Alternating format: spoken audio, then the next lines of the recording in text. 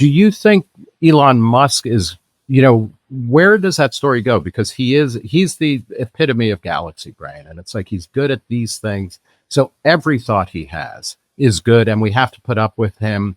He's working for people who, he was working for an administration where people want to have more kids and be Christian. And he's like, we don't know how many children he has.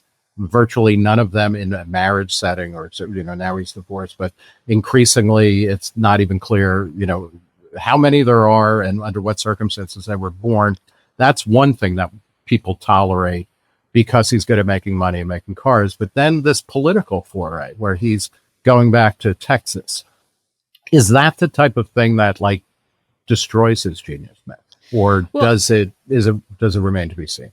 I mean, I think it does. And, how I've always felt about it is the SpaceX, which is the truly innovative business, if it manages to make reusable rockets work in that way that it drives down the cost of space travel, that allows us to become a, interplanetary species, I would have thought in 400 years' time, we're not going to, be talking about his bad tweets.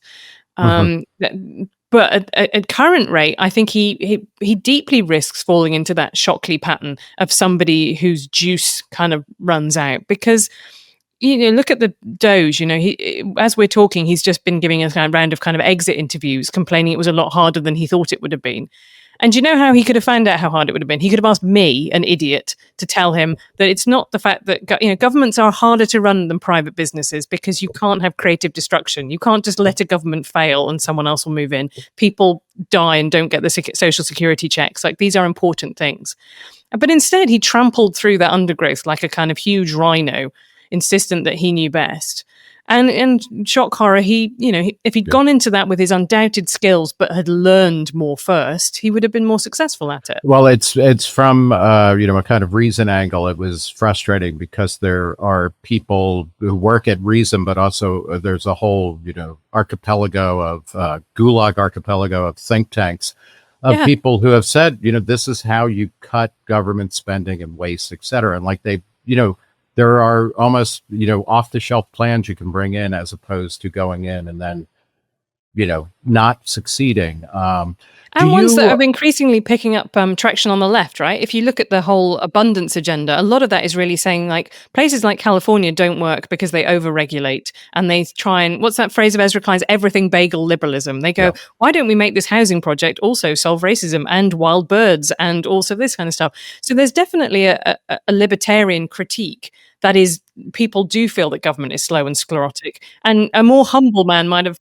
read those things first. The point with Musk is that, like, and I guess this is part of where geniuses go to kind of destroy themselves. They really don't think that, they, as your book argues, and I think it's completely persuasive, that the breakthrough technologies are never the result of one person, but then when you get exalted like that, then you stop looking around for the expertise or the team that will actually help you produce results. Then you're looking for yes men or people who your circle becomes, you become Kanye West or something where nobody around you is going to say no. And I think the really interesting examples of that. So Picasso and Einstein are probably our most obvious examples. Most people's go to our idea of an artistic and scientific genius. But Einstein never really accepts quantum mechanics. And so when he dies, he's more a celebrity than he is the kind of person in the field that the young physicists look to. And then Picasso similarly doesn't go to pure abstraction. He doesn't end up in the place of Rothko.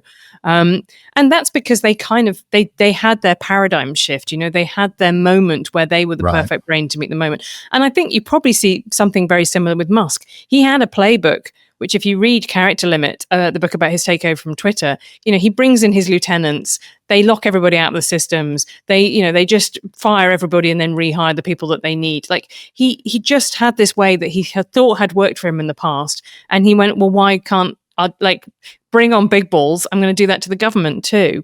And he just didn't realize that it was not the same environment, and that his one thing that had worked from him before would now not serve him anymore. And that to me exactly was what you're saying. It's a classic genius myth that you think I've got the answer, not realizing that different questions have different answers. Right. And to go back to that idea of domain specific intelligence or expertise, that not everything is like everything else. I mean, that was one of the great myths In American capitalism in the mid-century, that was destroyed. The idea that all businesses, regardless of what you actually produce, they can all be managed by a set of professional managers who are trained in management. And it's like, no, it turns out that like shipbuilding is very different than oil production, and that's different than newspapers and all of that. That's an excerpt from my podcast, The Reason interview with Nick Gillespie. If you want to see more excerpts, go here. And if you want to see the full Q&A, go here.